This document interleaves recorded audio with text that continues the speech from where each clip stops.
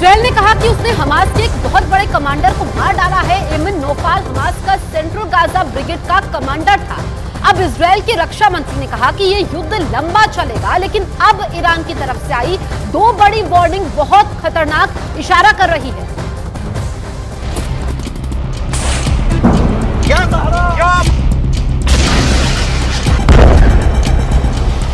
ये Lebanon Syria का border है और सामने इजराइल के टावर हैं।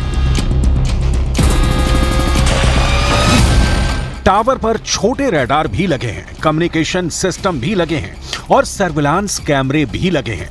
तभी झाड़ियों में से निकलती है एक स्नाइपर की राइफल और फिर देखिए क्या होता है। पहले रडार पर गोली फायर होती है, फिर कम्युनिकेशन सिस्टम तोड़ा जाता है, फिर सर्विलांस कैमरे पर गोली पड़ती है। यह सब कुछ इजराइल लेबनान बॉर्डर पर हो रहा है। इजराइल डिफेंस का पूरा निगरानी स्ट्रक्चर हिजबुल्लाह ने उखाड़ना शुरू कर दिया है।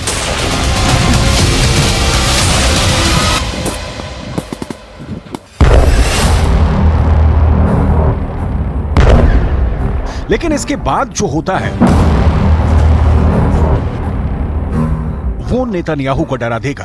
ये हनीता बॉर्डर पॉइंट है। यहां एक मिसाइल निकलती है और सीधे बॉर्डर पर खड़े इजराइल के मरकावा टैंक को फोड़ देती है।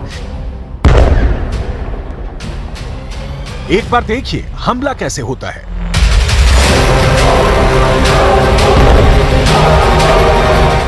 धुआं छटता है तो इजराइल के बाकी टैंक भागने लगते हैं।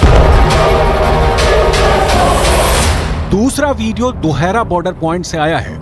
यहां भी इजराइल का मरकावा टैंक घूम रहा था और फिर होता है एक बड़ा हमला।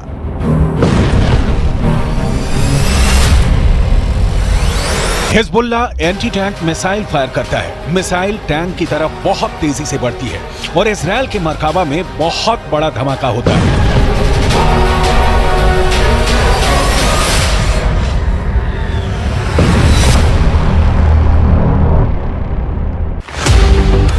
लेबनान बॉर्डर पर इजराइल के टैंक पर हमलों का वीडियो बहुत डराने वाला है। इजरायली टैंक के ऐसे तबाह होने की तस्वीरें जब ईरान पहुंची तो वहां के विदेश मंत्री ने बहुत खतरनाक बयान दे दिया। हुसैन आमिर अब्दुल्लाहियां ने कहा कि अगले कुछ घंटों में इजराइल पर बड़ा हमला हो सकता है। हिजबुल्लाह की तरफ इशारा करते हुए ईरान ने कहा है कि अगर ईरान और लेबनान ने इजराइल को जवाब नहीं दिया तो इजराइल की सेना तेहरान और बेरूत पर कल हमला कर देगी। सूरत तदावुम जनायात जंगी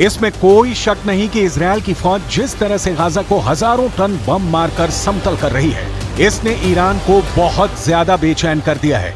ईरान ने पूरे पश्चिम एशिया का एक एक इंच नापकर इजराइल की ताकत का पूरा अंदाजा लगा लिया है।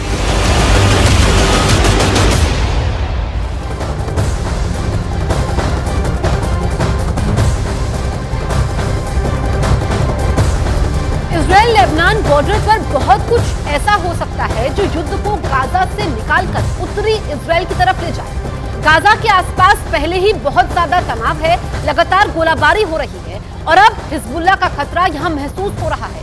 इजराइल पर हमले का खतरा इसलिए बढ़ चुका है क्योंकि ईरान के supreme leader Ayatollah Ali Khamenei ने अमेरिका तक को चेतावनी जारी कर दी है।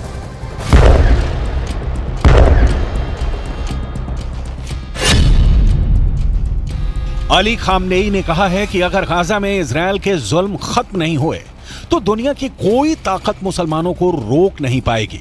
हमास के हमले के बाद ईरान ने इस वक्त अपने मिलिशिया गुटों और मित्र देशों को एक्टिव कर दिया है। सऊदी अरब, जॉर्डन और मिस्र से भी इजराइल को कड़वे शब्द ही मिले हैं। इस वक्त हिजबुल्लाह भी एक्टिव है, इस वक्त सीरिया भी एक्टिव है, इस वक्त इराक में आईएसआईएस का खात्मा करने वाली फोर्स हश्द अल शाबी भी तैयार है, इस वक्त यमन भी एक्टिव है।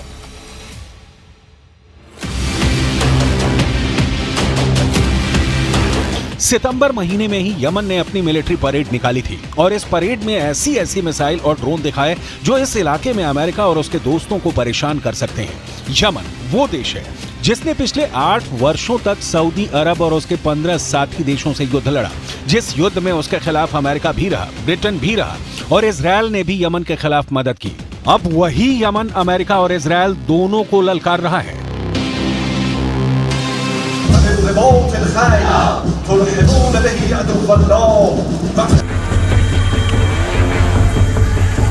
युद्ध की ऐसी ललकार, ऐसा गुस्सा, आप इस इलाके को पश्चिम एशिया कहकर बुलाइए, इसे खाड़ी कहिए या फिर मिडिल ईस्ट, नाम कितने भी हों, लेकिन इस वक्त यूक्रेन के बाद दुनिया का सबसे खतरनाक इलाका कोई है तो वो यही जमीन है। पिछले 4 दशकों से यह इलाका युद्ध देख रहा है।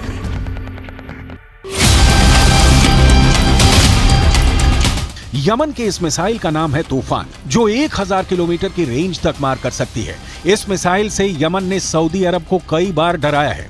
इजरायल को भी लगता है कि यमन को ऐसे और हथियार मिल सकते हैं और फिर वो उसके लिए खतरा बन जाएंगे। ईरान भी यही डर फैलाना चाहता है। जाहिर है कि इजरायल के लिए ये एक नया फ्रंट साबित हो रहा है। अब गाजा के धमाकों ने हिजबुल्लाह के साथ ईरान को युद्ध में कूदने के लिए तैयार कर दिया है। इसलिए इजरायल और अमेरिका के खिलाफ उसका युद्ध किसी भी वक्त शुरू हो सकता है।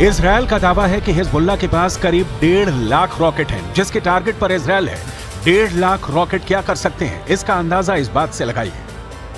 7 अक्टूबर को हमास ने इजरायल पर एक साथ 5000 रॉकेट दागे, जिसकी वजह से इजरायल का आयरन डोम भी पूरी तरह से नाकाम हो गया।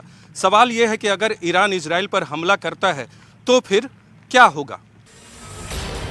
ऐसे हालात में अमेरिका क्या करेगा, क्योंकि ईरान के आसपास अमेरिका के इतने मिलिट्री अड्डे हैं जहां से ईरान के खिलाफ हमले लॉन्च किए जा सकते हैं। इसलिए कोई शक नहीं कि गाजा में युद्ध के साथ साथ अब इजरायल से पहले उसने अमेरिका के फौजी अड्डों को अपने टारगेट पर ले लिया है।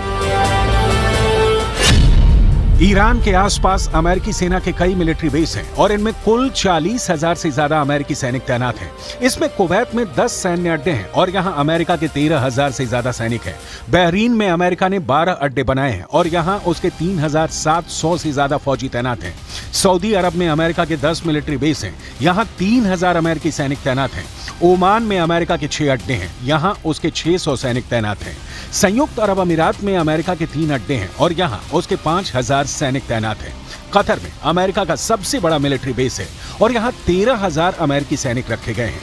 ये वो देश हैं जहाँ से ईरान बहुत ज्यादा करीब है। लेकिन ये अड्डे भी ईरान की जद में हैं और इस वक्त इजरायल तक उसकी मिसाइलों की रेंज में आ चुका है। ईरान के ड्रोन की रेंज भी बढ़ती जा रही है। अब पश्चिम एशिया के वो इलाके भी उसकी पहुंच में हैं जहां अमेरिका के अड्डे हैं और इस वक्त नेतन्याहू और बाइडन दोनों ईरान की बढ़ती ड्रोन पावर को लेकर काफी बौखलाए हुए हैं। अगर इजरायल और लेबनान बॉर्डर पर युद्ध होता है और इसमें ईरान भी शामिल हो जाता है तो समझ लीजिए इन सभी अड्डों से ईरान पर हमले लॉन्च किए जाएंगे या फिर ईरान इनको अपने मिसाइल अटैक से मिट्टी में मिला देगा। ईरान पहले ही अमेरिका को अपने आसपास बर्दाश्त नहीं कर पा रहा और अब गाजा इजरायल के बीच युद्ध ने युद्ध का एक नया बहाना दे दिया है।